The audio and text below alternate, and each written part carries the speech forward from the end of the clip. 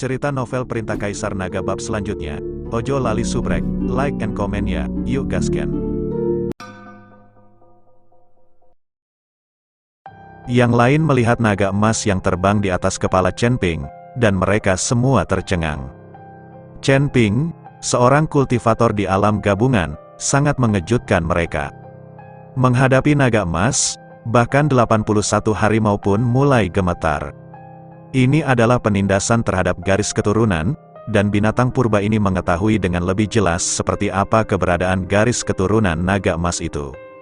Naga emas adalah kepala klan naga, dan binatang buas harimau ini hanyalah raja binatang buas. Sebaliknya, hakim tinggi dan rendah, melihat 81 harimau yang gemetar, Guya mulai mundur di dalam hatinya. Dia tidak pernah menyangka Chen Ping akan merekrut jiwa naga emas. Ini terlalu keterlaluan. Melihat ekspresi jelek Guya dan harimau lainnya yang gemetar, Chen Ping tidak berhenti. Aku melihat pedang pembunuh naga di tangan Chen Ping melambai. Naga emas itu meraung dan menyerang langsung ke 81 harimau.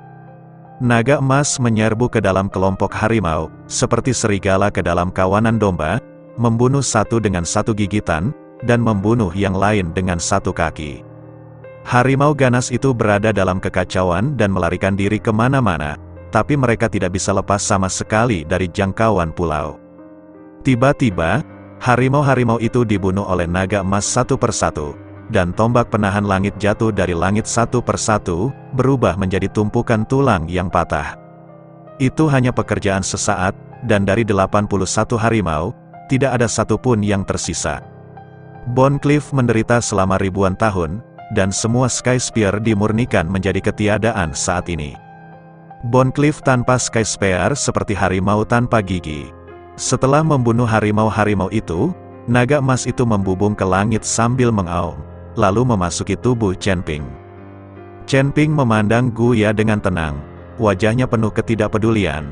Saat ini, Guya tidak lagi memiliki kesombongan, seperti bola kempes. Aku tidak menyangka bahwa setelah ribuan tahun kerja keras, aku akan segera dapat memulihkan tubuh fisikku, tetapi aku jatuh ke tangan bocah cilik sepertimu. Lupakan saja, mungkin ini kehendak Tuhan, ini takdirku, tapi aku dibunuh oleh biksu kecil dari tubuhmu, bagaimana aku bisa menyelamatkan mukaku? Bahkan jika aku mati, aku ingin kalian semua dikuburkan bersamaku.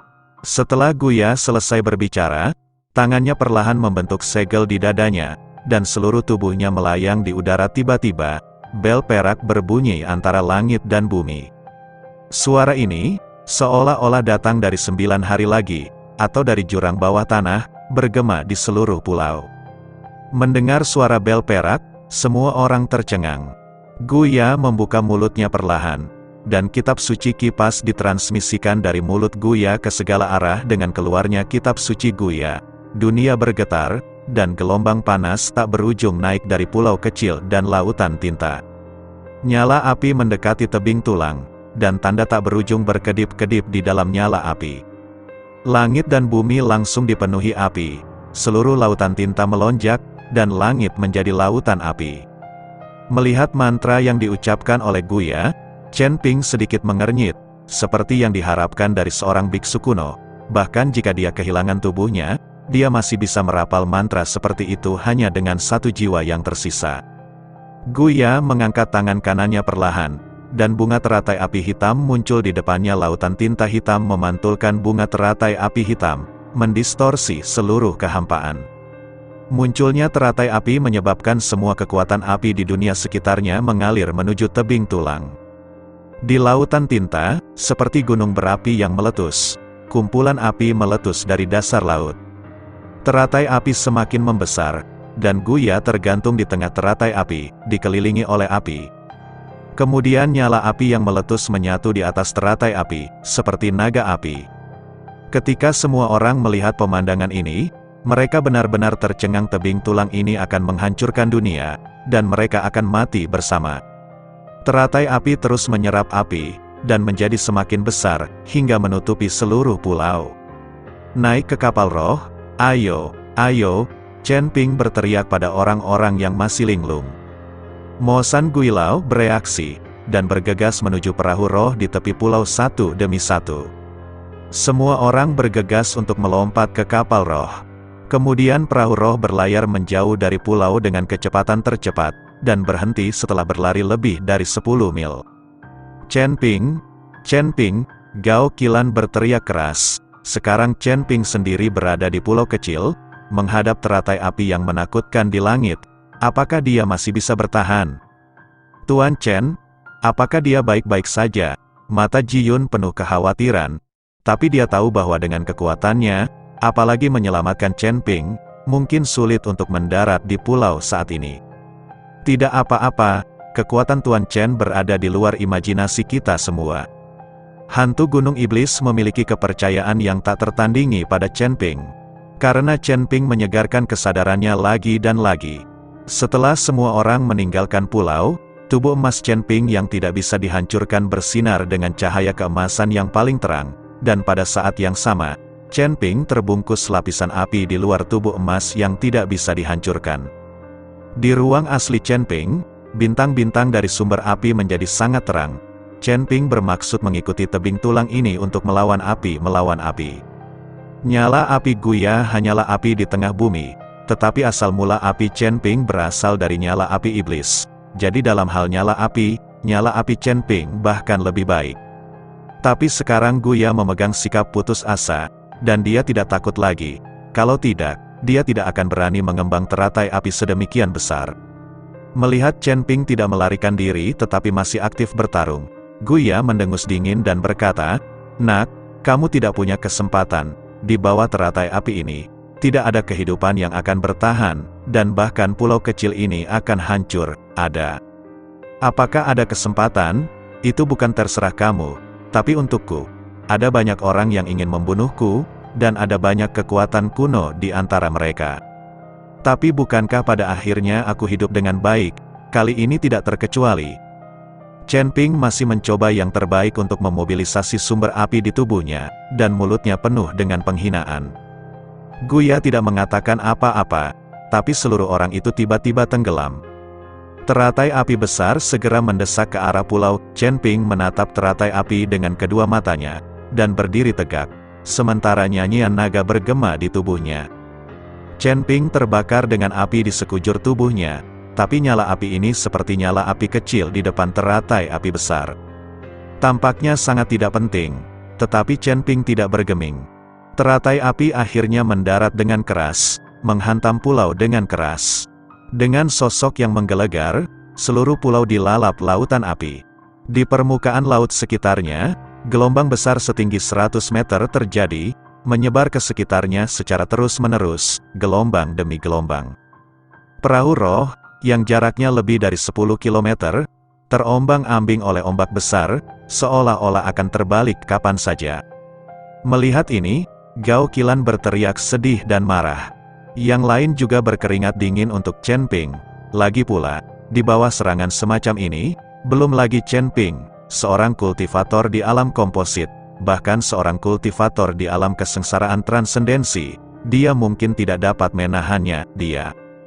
Guya memuntahkan seteguk darah, dan seluruh tubuhnya diambang kehancuran setelah pukulan ini. Dia tahu bahwa dia tidak bisa hidup terlalu lama. Api masih menyala di pulau kecil itu, dan seluruh pulau kecil itu tenggelam langsung di bawah pengeboman, hanya menyisakan 1/10 dari tanah yang terlihat di atas lautan tinta. Sepertinya mereka semua akan segera tenggelam ke lautan tinta. Api berangsur-angsur padam, dan Guya melirik pulau kecil dengan hanya sebidang kecil tanah yang tersisa, tetapi tidak menemukan Chen Ping. Sudut mulut Guya tersenyum. Di bawah serangan semacam ini, belum lagi biksu Chen Ping yang pas badan, bahkan biksu yang kuat, akan sulit untuk melarikan diri. Chen Ping pasti telah menjadi abu di bawah serangan itu, bahkan tidak ada mayat yang tertinggal. Anda harus tahu bahwa itu adalah api di pusat bumi, suhunya mencapai puluhan ribu derajat, bagaimana mungkin Chen Ping menanggungnya? Tepat ketika Guya bangga dan menunggu sisa jiwanya mati, dia tiba-tiba terbatuk dan menariknya kembali.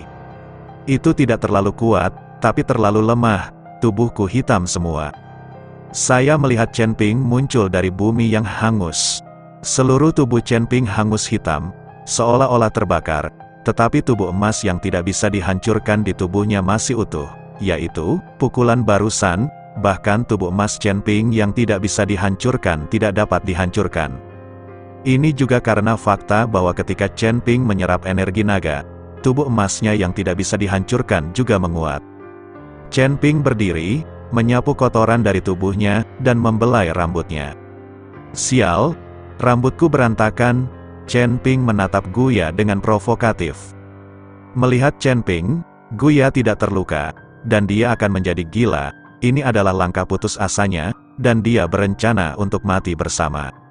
Sekarang Chen Ping tidak terluka, tapi dia sendiri sedang sekarat. Ini namanya apa? Bon Ya menjadi gila sambil berteriak. Seorang biksu kuno dibuat gila oleh Chen Ping. Tuan Chen baik-baik saja. Dia baik-baik saja. Ji Yun melihat dari kejauhan dan menemukan bahwa Chen Ping baik-baik saja. Jadi dia tidak bisa menahan diri untuk tidak berteriak. Prestasi Tuan Chen pasti tidak terbatas di masa depan, kata hantu gunung iblis perlahan. Jadi semua orang memandang Chen Ping dengan kaget. Di bawah serangan yang begitu mengerikan, dia selamat. Pada saat ini, Chen Ping memandang Guya yang sudah gila, dan berkata dengan senyum dingin, "Tidak sopan datang dan pergi, karena kamu membuatku terbakar, aku akan membakarmu juga." Kata Chen Ping, bola api naik dari telapak tangannya, dan kemudian dia melambaikannya, langsung menyelimuti tebing tulang. Bon Cliff meraung dengan keras, bahkan jika itu adalah sisa jiwa, sangat menyakitkan untuk dibakar oleh api pamungkas ini. Di tengah jeritan, sisa jiwa Guya benar-benar musnah, tidak meninggalkan jejak lagi di dunia ini. Setelah Chen Ping membunuh Guya, pulau kecil di bawah kakinya bergetar beberapa saat, lalu mulai runtuh, jatuh ke lautan tinta. Chen Ping melompat dan meraung panjang, kura-kura suci yang menyerah muncul seketika, memungkinkan Chen Ping mendarat di punggung kura-kura itu dengan mantap.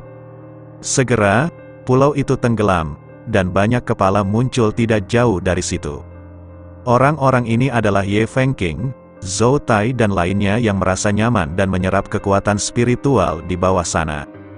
Pukulan tadi membangunkan orang-orang ini, dan dengan tenggelamnya pulau itu, semua orang ini berenang sekuat tenaga. Ketika mereka melihat pulau itu menghilang, mereka semua panik. Selain itu, perahu roh juga berlari lebih dari 10 mil jauhnya, sehingga mereka hanya bisa berendam di air. Meskipun orang-orang ini semuanya adalah biksu, tidak masalah untuk terbang di udara, tetapi sangat disayangkan pulau kecil itu telah menghilang, dan mereka tidak dapat terbang di atas lautan tinta. Mereka hanya dapat berendam di air, atau berenang ke kapal roh sendiri. Hanya saja jika ada binatang buas yang menyerang selama periode ini, mereka akan menjadi domba yang harus disembelih. Duduk di atas kura-kura suci, Chen Ping tersenyum tipis saat melihat para biksu ini muncul. "Chen Daoyu, tolong bantu kami, bisakah kamu duduk di atas kura-kura sucimu?" Seorang biksu bertanya kepada Chen Ping dengan keras. "Tidak masalah. Ayo." Chen Ping mengangguk. Kura-kura suci Chen Ping cukup besar untuk menampung 8 orang, tidak ada masalah. Para biksu itu naik ke belakang penyu suci satu persatu. Kemudian Ye Fengqing dan Zhou Tai saling melirik, dan mereka juga menahan peluru dan memanjat penyu suci Chen Ping. "Turun. Siapa yang menyuruh kalian berdua untuk datang?" Chen Ping berkata kepada mereka berdua. Ye Fengqing dan Zhou Tai terkejut sesaat. Dan kemudian Zhou Tai berkata, "Chen Ping, jangan pergi terlalu jauh, jangan lupa, aku mendapatkan tiket untukmu naik ke kapal. Itu bodoh, berendam di air, jangan memanjat." Chen Ping tersenyum ringan. Hal ini membuat Zhou Tai sangat marah hingga dia berharap bisa menelan Chen Ping hidup-hidup. "Chen Ping, biarkan kita berdua naik, dan aku bisa memberimu sejumlah koin roh." Ye Fengqing juga menundukkan kepalanya saat ini. Lagi pula, ada perubahan tak terduga di lautan tinta. Jika monster benar-benar keluar, mereka akan menjadi ikan di pelat besi di lautan tinta, siap dibantai. "Aku tidak kekurangan uang." Chen Ping mencibir, lalu biarkan kura-kura suci berenang menuju perahu roh. Tubuh besar kura-kura suci mengeluarkan gelombang, menjatuhkan Zhou Tai dan Ye Fengqing ke dalam air menjadi linglung. Melihat Chen Ping yang pergi, wajah Ye Fengqing penuh amarah. "Ah, saat kamu sampai di darat, aku pasti akan membuatmu terlihat baik." Saat Ye Fengqing meraung, dia tiba-tiba merasakan nafas berbahaya datang. Memutar kepalanya secara naluriah, Ye Fengqing melihat hiu macan berenang ke arah mereka berdua dengan mulut berdarah terbuka. Melihat ini, Zhou Tai dan Ye Fengqing sangat ketakutan sehingga mereka berenang menuju perahu roh dengan putus asa. Chen Ping tertawa saat melihat kedua orang itu dikejar oleh binatang hiu harimau. Tapi perahu roh di kejauhan menemukan Ye Fengqing, jadi dia bergegas menuju Ye Fengqing. Di saat-saat terakhir, Ye Fengqing dan Zhou Tai naik ke perahu roh dan lolos dari serangan hiu macan. Keduanya basah kuyup, dan mereka sangat malu. Chen Ping juga mengirim biksu lain ke kapal roh. Ye Fengqing dan Zhou Tai memandang Chen Ping dengan dingin, mengertakkan gigi dengan kebencian. Jika bukan karena takut menghancurkan kapal roh, mereka berdua benar-benar ingin melakukannya di kapal roh. Chen Ping, tunggu aku tidak akan pernah berakhir denganmu. Ye Fengqing mengertakkan gigi dan mengucapkan kata demi kata. Jadi bagaimana jika ini belum berakhir? Apakah kamu mampu memukulku? Chen Ping tampak provokatif. Sekarang dia berada di puncak peringkat ke-8 dari kondisi tubuh yang pas. Selama dia berlatih sedikit, tidak sulit untuk menembus ke tingkat ke-9 dari kondisi tubuh yang pas. Jadi dia sama sekali tidak takut pada Ye Fengqing. Kamu tidak perlu berada di kapal roh, aku akan membuatmu membayar harganya saat berlabuh. Kata Ye Fengqing dengan ekspresi membunuh di wajahnya. Chen Ping mendengus dingin dengan jijik. Kalau begitu aku akan menunggumu. Bahkan jika kamu tidak mencariku, aku akan menyelesaikan masalah ini denganmu. Setelah Chen Ping selesai berbicara, dia melompat dari perahu roh. Sekarang dia memiliki penyu suci. Dia tidak perlu naik perahu roh lagi. Gao Qilan, Ji Yun, Ji Lianzan, Mo San Guilao, Jin Dong, dan Luo Xi semuanya melompat ke penyu suci. Lalu naiki Holy Turtle dan berenang sampai ke pantai. Di belakang kura-kura, Ji Lianzan tiba-tiba menghela nafas. Kali ini, Fei Tianzong mereka menderita kerugian besar, lebih dari setengah pesawat hilang, dan bahkan lebih dari setengah murid sekte hilang. Kalau mau sembuh di kemudian hari, saya khawatir butuh waktu lama. Ji Lianzan akhirnya bekerja keras untuk memenangkan bisnis keluarga Fei Tianzong. Namun dia tidak ingin menjadi seperti ini hanya dalam beberapa hari. Masalahnya adalah dia bahkan tidak membalas dendam, dan membiarkan orang dari Cloud Piercing Sect melarikan diri. Cloud Piercer tidak hanya lolos, mereka hampir mati di lautan tinta. Inilah yang membuat Ji Lianzan paling dirugikan. Ayah tidak perlu terlalu sedih. Selama kita bekerja keras, saya yakin Fei Tianzong bisa mendapatkan kembali kejayaannya. Melihat ini, Ji Yun menghampiri Ji Lianzan dan menghiburnya. Ji Lianzan memandang Ji Yun, wajahnya penuh kelegaan meskipun Fei Tianzong menderita kerugian besar, putranya telah banyak berubah, yang membuat Ji Lianzan sedikit terhibur. Ini juga berkat Chen Ping. Setelah Ji Yun mengikuti Chen Ping, dia telah berkembang pesat dalam hal pemikiran dan tanggung jawab, dan dia tidak lagi terlihat sebagai playboy tua. Lihat, apa yang ada di depanmu. Saat ini, Jin Dong sepertinya telah menemukan sesuatu, dan berteriak keras. Chen Ping menoleh dan menemukan titik-titik hitam melewati lautan tinta satu persatu lebih dari 10 mil jauhnya. Chen Ping melihat dengan saksama, dan langsung menemukan bahwa titik-titik hitam yang lewat ini ternyata adalah seseorang, duduk di belakang kura-kura suci, berjalan melalui lautan tinta.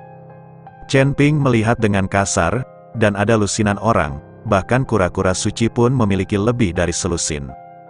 Ada 4 atau 5 orang di belakang setiap Holy Turtle. Cloud Piercer, ini semua orang dari Cloud Piercer. Ji Lianzan melihatnya dengan hati-hati, lalu meraung dengan marah. Begitu Chen Ping mendengar bahwa pihak lain adalah seseorang dari Cloud Chuanmen, dia segera bergegas menuju orang-orang dari Cloud Chuanmen itu. Orang-orang dari Chuanyunmen itu juga sepertinya telah menemukan Chen Ping. Melihat hanya ada sedikit Chen Ping, mereka semua mengepung mereka. Ketika orang-orang dari Sekte Cloud Crossing melihat kura-kura suci tempat Chen Ping duduk, mereka semua menunjukkan keterkejutan di wajah mereka. Karena kura-kura suci yang ditunggangi Chen Ping terlalu besar, beberapa kali lebih besar dari kura-kura suci mereka. Ji Lianzan, kamu belum mati. Saat ini, seorang pria parubaya berjubah hitam dengan wajah lembut bertanya pada Ji Lianzan. Qin Lei, kamu belum mati. Bagaimana aku bisa mati? Sekarang Tuhan izinkan aku bertemu denganmu. Aku pasti akan membiarkanmu mati tanpa tempat untuk menguburmu. Ji Lianzan penuh amarah, dengan niat membunuh di matanya. Hahaha, apa kamu bercanda? Apa kamu tidak sadar kalau kamu sudah dikelilingi olehku? Namun, kura-kura suci yang kamu jinakkan tidaklah kecil. Jika kamu dengan patuh menyerahkan kura-kura suci ini kepadaku, aku dapat mempertimbangkan untuk melepaskanmu. Kata Qin Lei sambil tersenyum dingin, Master Sekte Ji, apakah ini orang dari gerbang awan yang terlibat dalam serangan diam-diam dan merampas bisnis? Chen Ping bertanya pada Ji Lianzan. Itu benar, orang ini adalah wakil kepala Sekte Penusuk Awan. Aku tidak tahu dari mana mereka mempelajari teknik pelatihan kura-kura.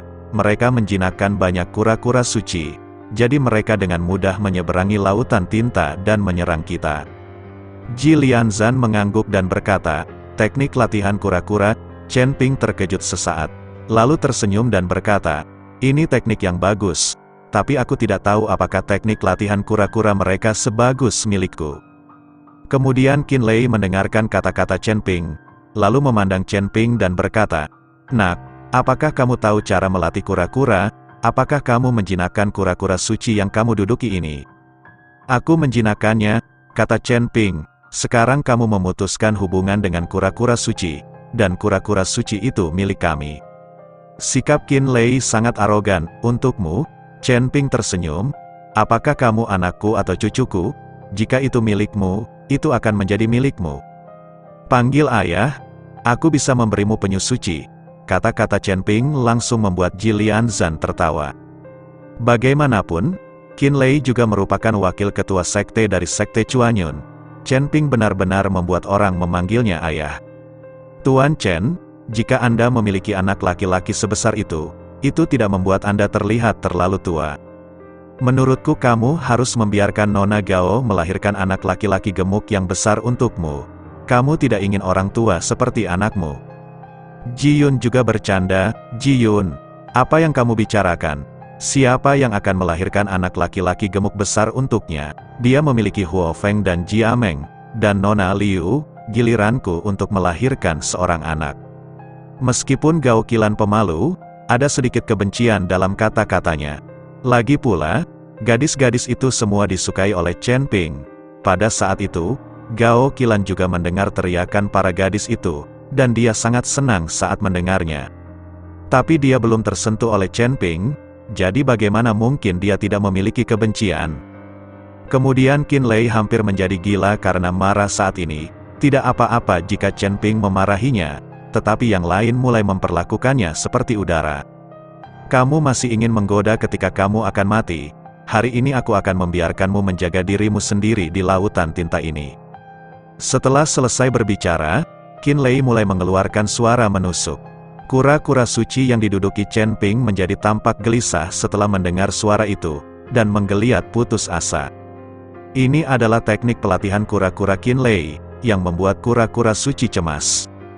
Chen Ping dengan lembut membelai kepala kura-kura suci, perlahan menenangkan emosi kura-kura suci. Qin Lei dengan putus asa melakukan teknik pelatihan kura-kura, dahinya sudah penuh dengan keringat dingin. Tetapi dia menemukan bahwa kura-kura suci yang diduduki Chen Ping acuh tak acuh dan terdiam. Sial, ayo kita gunakan teknik pelatihan penyu bersama-sama agar penyu suci ini tunduk pada kita. Qin Lei memerintahkan dengan keras. Segera, lusinan orang dari Cloud Piercer mulai menggunakan teknik pelatihan kura-kura, mencoba menjinakkan kura-kura suci. Serangkaian suara menusuk dan aneh terus bergema di telinga kura-kura suci. Kura-kura suci mulai gelisah lagi, dan tubuhnya semakin terayun, menyebabkan Chen Ping terlempar. Melihat hal ini, Chen Ping segera mengucapkan mantra menjernihkan hati, dan suara suci dan jernih terdengar di telinga penyu suci. Mantra yang memurnikan hati membuat hati kura-kura suci yang gelisah menjadi tenang seketika. Tidak peduli bagaimana Qin Lei menggunakan teknik pelatihan kura-kura, kura-kura suci yang diduduki Chen Ping tidak gelisah. Setelah beberapa saat, Qin Lei berkeringat deras, tetapi mereka gagal menjinakkan penyu suci yang diduduki Chen Ping. Itu adalah lelucon jika ingin menjinakkan penyusuciku dengan kemampuanmu. Tidaklah kasar untuk datang dan pergi. Hari ini saya akan menunjukkan kepada Anda bagaimana saya menjinakkan kura-kura suci. Setelah Chen Ping selesai berbicara, kekuatan naga di tubuhnya meledak seketika, dan kristal naga di dadanya bersinar terang. Di belakang Chen Ping, sebuah penglihatan muncul, dan cahaya keemasan melonjak ke langit. Melihat pemandangan ini, semua orang di Cloudpiercer terkejut. Segera, sosok naga perlahan muncul dalam cahaya keemasan di belakang Chen Ping. Dengan suara gemuruh, naga emas itu muncul. Naga emas melayang di atas kepala Chen Ping, membuat kura-kura suci yang ditunggangi Qin Lei mulai bergetar. Qin Lei memandangi naga emas di depan mereka, mata mereka melebar, dan mereka tercengang. Chen Ping melambaikan tangannya, naga emas itu meraung, dan memuntahkan seteguk energi naga yang menakutkan ke arah Qin Lei. Meskipun aura naga ini tidak dapat melukai orang, kura-kura suci yang duduk di dekat orang-orang dari Chuanyunmen langsung panik saat merasakan aura naga ini, dan tiba-tiba berguling dan langsung pergi ke laut dalam untuk melarikan diri. Semua orang dari Chuanyunmen jatuh ke lautan tinta tidak peduli bagaimana mereka berteriak. Kura-kura suci itu lari tanpa menoleh ke belakang. Teknik pelatihan kura-kura macam apa? Di depan naga emas ini, biarpun ayah kura-kura suci ada di sini, kura-kura suci itu akan lari tanpa ragu-ragu. Ini adalah naga emas, kepala klan naga, penguasa 10.000 kepala. Hanya seekor kura-kura suci kecil, beraninya dia bertindak liar di depan naga emas. Melihat Qin Lei jatuh ke dalam air, Ji Lianzan akhirnya tertawa terbahak-bahak. Jatuh ke lautan tinta ini, jika tidak ada kapal roh di sekitarnya, maka Anda hanya bisa menunggu kematian secara perlahan. Menunggu monster di lautan tinta membunuh mereka satu persatu. Proses menunggu kematian ini lebih menyakitkan daripada mati secara langsung. Murid Cloudpiercer yang jatuh ke air semuanya panik, berjuang mati-matian untuk naik ke punggung kura-kura suci Chen Ping. Tapi penyu suci dengan lembut menepuk permukaan air, menjatuhkan orang-orang ini. Qin Lei juga panik saat ini, dan buru-buru mengikuti Ji Lianzan untuk mengakui kesalahannya. Master Sekte Ji, saya salah. Saya benar-benar salah. Tolong selamatkan saya bersedia mengembalikan pesawat itu kepada Anda, dan saya juga akan memberikan kompensasi kepada Anda, berapapun kompensasinya. Qin Lei hanya ingin bertahan hidup sekarang, sehingga dia dapat menghabiskan sebanyak yang dia mau. Tapi Ji Lianzan tersenyum dingin, Qin Lei, begitu banyak murid Sekte Feitian saya yang meninggal, bisakah mereka dibeli dengan uang? Kamu pantas mendapatkan apa yang terjadi padamu hari ini. Melihat Ji Lianzan acuh tak acuh, Qin Lei hanya bisa fokus pada Chen Ping. Orang yang dapat melontarkan penglihatan dan menggambar naga emas jelas bukan orang biasa. Jadi Qin Lei memohon belas kasihan, rekan dawa, ayah, tolong selamatkan saya, saya bersedia memberikan semua bagian saya di Chuanyunmen untuk Anda untuk bertahan hidup. Qin Lei ini sebenarnya mulai menelepon ayah Chen Ping, aku tidak sebesar kamu, jadi nikmatilah dirimu di sini. Chen Ping tersenyum ringan, lalu mengarahkan penyu suci untuk berenang menjauh.